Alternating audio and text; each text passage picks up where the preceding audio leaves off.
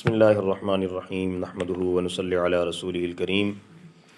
اما بعد فاعوذ باللہ من الشیطان الرجیم بسم اللہ الرحمن الرحیم۔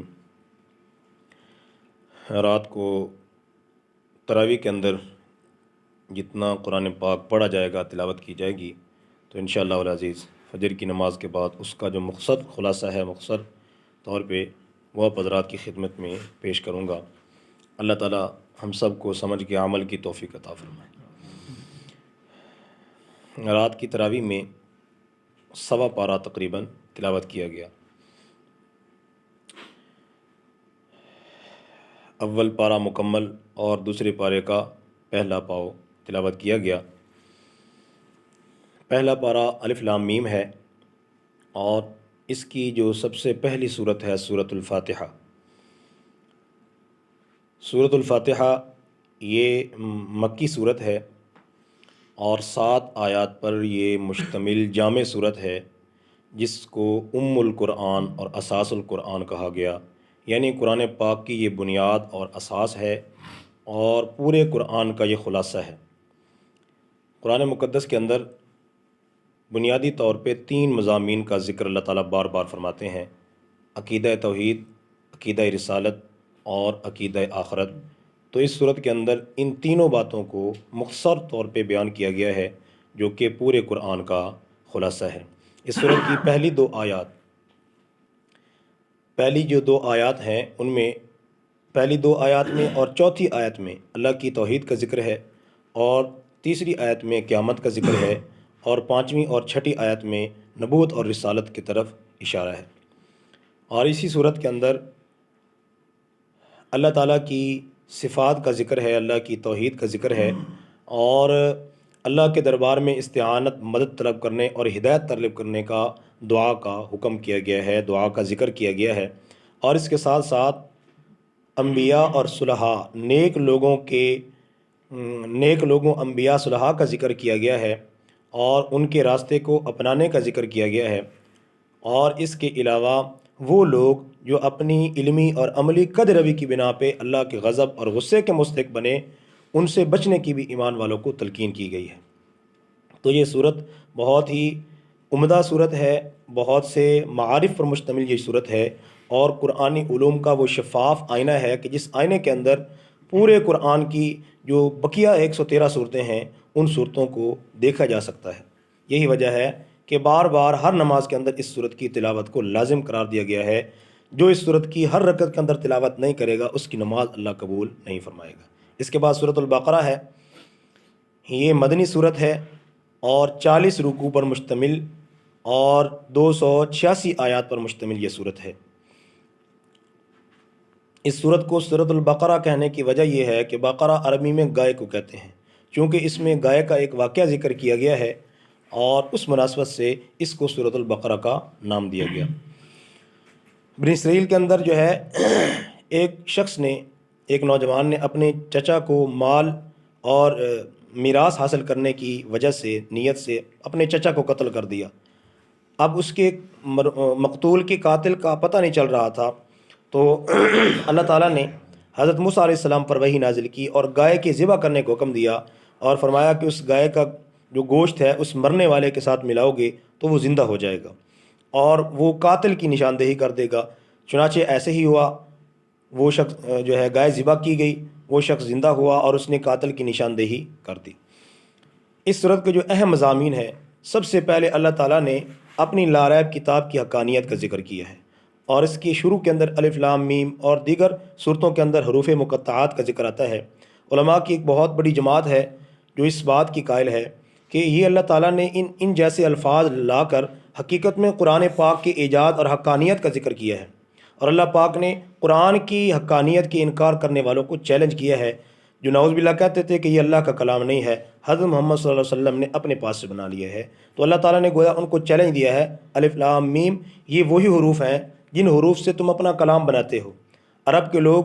عربی دان تھے، بہت زیادہ فصاحت و بلاغت کے مالک تھے، تو اللہ نے ان کو چیلنج دیا کہ جیسے تم اپنی عربی زبان میں فصاحت و بلاغت کا مالک ہو، یہی حروف ہیں جن حروف سے یہ قرآن بنایا گیا ہے۔ اگر تم سمجھتے ہو کہ نعوذ باللہ یہ قرآن اللہ کا کلام نہیں ہے، حضرت محمد صلی اللہ علیہ وسلم نے اپنے پاس سے بنا لیا ہے، تو تم بھی اس طرح کا کلام بنا کر لاؤ۔ لیکن تاریخ گواہ ہے کہ اس وقت بھی جتنے بھی مخالفین تھے قرآن پاک کی ایک آیت بنانے پر بھی قادر نہ ہو سکے، اور آج تک اور قیامت تک کوئی ایسی جرت نہیں کر سکتا کہ اللہ کے کلام کی مثل کوئی آیت جو ہے یا کوئی صورت لا کر دکھا سکے۔ تو یہ قرآن کا زندہ معجزہ ہے، قرآن کی حقانیت کی دلیل ہے۔ اس صورت کی جو ابتدائی 20 آیات ہیں، ان 20 آیات میں 3 قسم کے لوگوں کا ذکر کیا گیا ہے: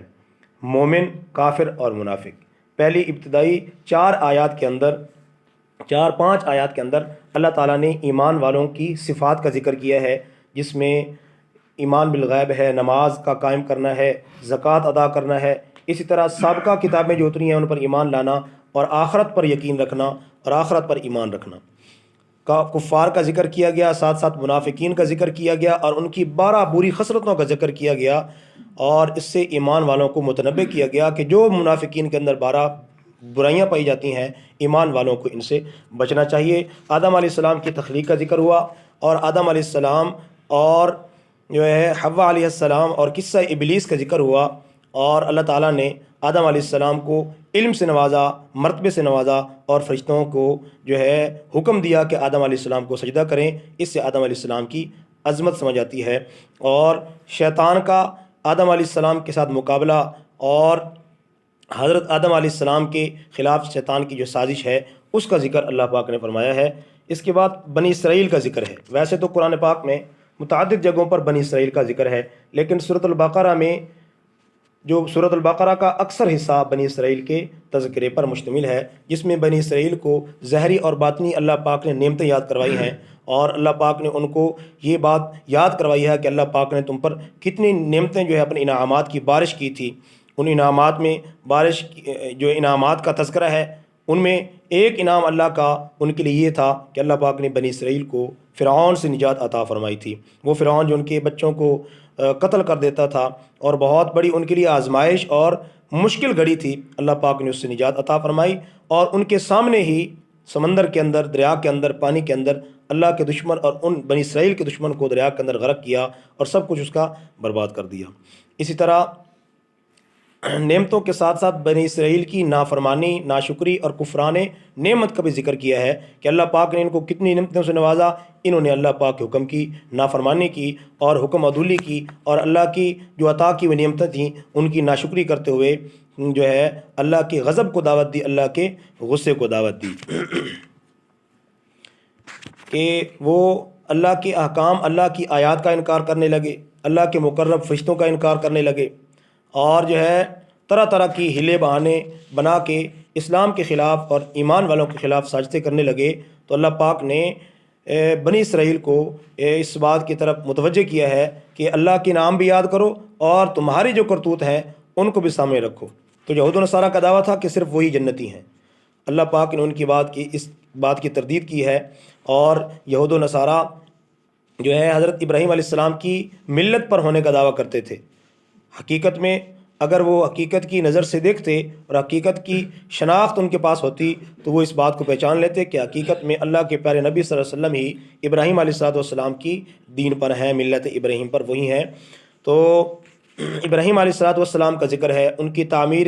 بیت اللہ کا ذکر ہے، اور اللہ تعالیٰ نے ان کو جو آزمائشیں عطا کیں، اللہ پاک نے جو ان کو امتحانات سے گزارا، اس امتحان کے اندر وہ ثابت قدم رہے، اور انہوں نے جو دعا کی تھی بیت اللہ تعمیر کرتے ہوئے وہ دعا پوری ہوئی، اور اللہ پاک نے ابراہیم علیہ السلام کی اولاد میں حضرت محمد الرسول اللہ خاتم النبیین صلی اللہ علیہ وسلم کو خاتم الانبیاء، امام الانبیاء کے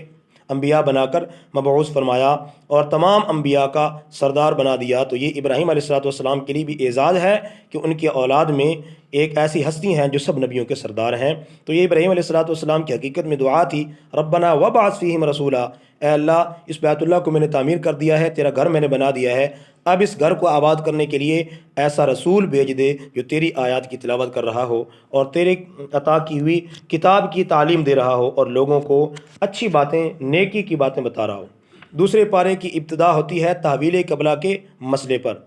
جب اللہ کے پیارے نبی صلی اللہ علیہ وسلم مکہ سے مدینہ کی طرف تشریف لائے ہجرت فرما کر،